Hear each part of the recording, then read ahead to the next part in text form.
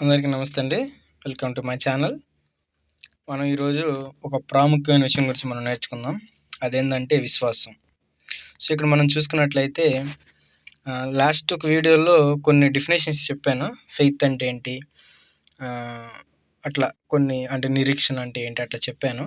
So, అటన్నిటికంటే దీని గురించి విశ్వాసం గురించి మనం విశ్వాసం అంటాము. క్రిస్టియన్స్‌లో విశ్వాసులు బిలీవర్స్ అని చెప్పుకుంటూ ఉంటారు. అసలు విశ్వాసం అంటే ఏంటనేది జస్ట్ దాన్ని ఒక పదంలో మనం వివరించలేము. దీనికి ఒక చిన్న మాట చెప్పాలంటే, ఈ చిన్న పదము చదవటానికి ఒక క్షణం పడుతుంది, ఆలోచించడానికి నిమిషం పడుతుందంట, అర్థం చేసుకోవడానికి ఒక రోజు పడుతుందంట. అయితే లాస్ట్ చూడండి, నిరూపించుకోవడానికి మాత్రం ఒక జీవితకాలం పడుతుంది. నేను ఈ చిన్న వాక్యం నేను ఎక్స్‌ప్లెయిన్ చేయాలని అనుకుంటున్నాను. నిరూపించుకోవడానికి మాత్రం అంటే నాకు విశ్వాసం ఉంది అని నేను నిరూపించుకోవడానికి నా జీవితకాలం పడుతుందంట. అంటే దీని అర్థం ఏంటంటే, మనం చెప్పుకున్నాం కదా లాస్ట్ వీడియోలో కూడా, అంటే చాలా లోకంలో మనం జీవిస్తూ ఉన్నప్పుడు అనేకమైన శ్రమలు వస్తూ ఉంటాయి, అనేకమైన అవమానాలు వస్తూ ఉంటాయి. ఎక్కడి నుంచి? అన్‌బిలీవర్స్ నుంచి కాదు, బిలీవర్స్ నుంచి కూడా. అంటే మన చర్చ్ మెంబర్స్, మన సహవాస మెంబర్స్ నుంచి కూడా అనేకమైన అవమానాలు వస్తూ ఉంటాయి. అయితే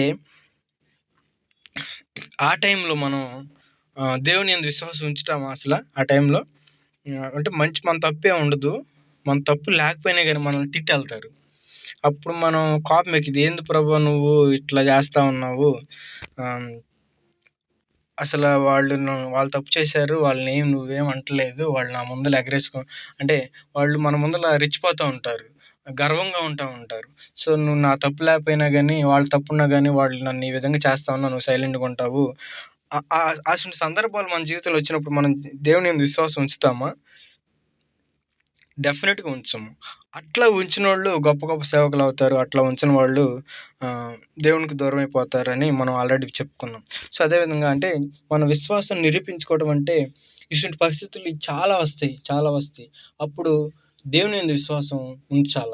కొన్ని అనారోగ్య పరిస్థితులొత్తాయి. దేవుడు లేడు, ఏమి లేడులే అని మనం వెళ్ళిపోతా ఉంటాం పక్కకి. సో, అటువంటి సమయంలో దేవుడి యందు విశ్వాసం ఉంచినట్లయితే అప్పుడు మన విశ్వాసాన్ని మనం నిరూపించుకోగలుగుతాం. మనకు జాబ్ లేని పరిస్థితులుంటాయి. చాలామంది తిడతారు, ఏజ్ అయిపోయిద్ది, మ్యారేజ్ కావాలి, ఇల్లు కట్టుకోవాలి, జాబ్ ఉండదు, ఓకేనా, మనీ ఉండదు. అంటే ఏజ్ అయిపోతుంది, 30+ వచ్చేసింది. జాబు ట్రై చేస్తున్నా రావట్లేదు. దేవుడిని నమ్ముకున్నాం మళ్ళీ. దేవుడిలో 10 సంవత్సరాల నుంచి నమ్ముకుంటా ఉన్నాం. 15 సంవత్సరాల నుంచి దేవుడిలో భక్తిపరుడిలాగా సహవాసంలో చర్చికెళ్తా ఉన్నాం, సహవాసంలో వస్తా ఉన్నాం, పరిచర్యల్లో ఇన్వాల్వ్ అవుతా ఉన్నాం.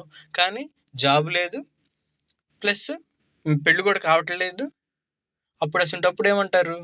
పోనీ ఇల్లు కట్టుకుందాం అంటే డబ్బులు లేవు, ఇల్లు కట్టుకోవాలి, డబ్బులు లేవు, పెళ్లి చేసుకోవాలి, జాబ్ లేదు పెళ్లి చేసుకోవడానికి. సో, పోషణకి ఏమీ లేదు. ఇన్ని సంవత్సరాల నుంచి బిలీవర్‌గా ఉండి నీకేమీ లేదు అన్నప్పుడు అసలు ఎంత బాధేసిద్ది?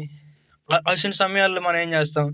15 సంవత్సరాల నుంచి నేను భక్తి చేస్తున్నాను, విశ్వసించాను, నా జీవితం ఇట్లా అయింది, అందరూ అందరూ నవ్వుతా ఉన్నారు నన్ను చూసి అనని మనం వెంటనే దేవుడి నుంచి విడిపోతాం. కానీ అప్పుడు మనం ఎవరేమన్నా గానీ, ప్రభా మరి నీ చిత్తం నేనున్నాను, నువ్వు నా సహాయం చేస్తావన్న విశ్వాసం మనం ఉంచుకున్నట్లయితే ఆ టైంలో అప్పుడు మనం విశ్వాసాన్ని నిరూపించుకున్న వారం అవుతాము. సో, అదండి విశ్వాసం నిరూపించుకోవడానికి. విశ్వాసం అంటాం గానీ అది చాలా పవర్‌ఫుల్ వర్డ్. ఒక జీవితాన్ని తలకిందులు చేసిద్ది, భూలోకాన్ని తలకిందులు చేసిద్ది. ఒక గొప్పగా దీవించాలన్న విశ్వాసమే, లేకపోతే చెడిపోవాలన్న విశ్వాసం లేకపోవడమే కారణం. సో, కాబట్టి కంక్లూజన్ ఏందంటే, మన జీవిత కాలంలో మనం విశ్వాసులుగా ఉంటున్నాం. మనం వచ్చిన పరిస్థితులను బేస్ చేసుకొని తప్పుకోకుండా విశ్వాసంలో ఉంచి మన విశ్వాసాన్ని నిరూపించుకోవాలి దేవుడి ఎదుట. సో, తద్వారా మనం బ్లెస్ అవ్వాలని కోరుకుంటూ అందరికీ థాంక్స్ తెలియజేసుకున్నాను. Thank you all.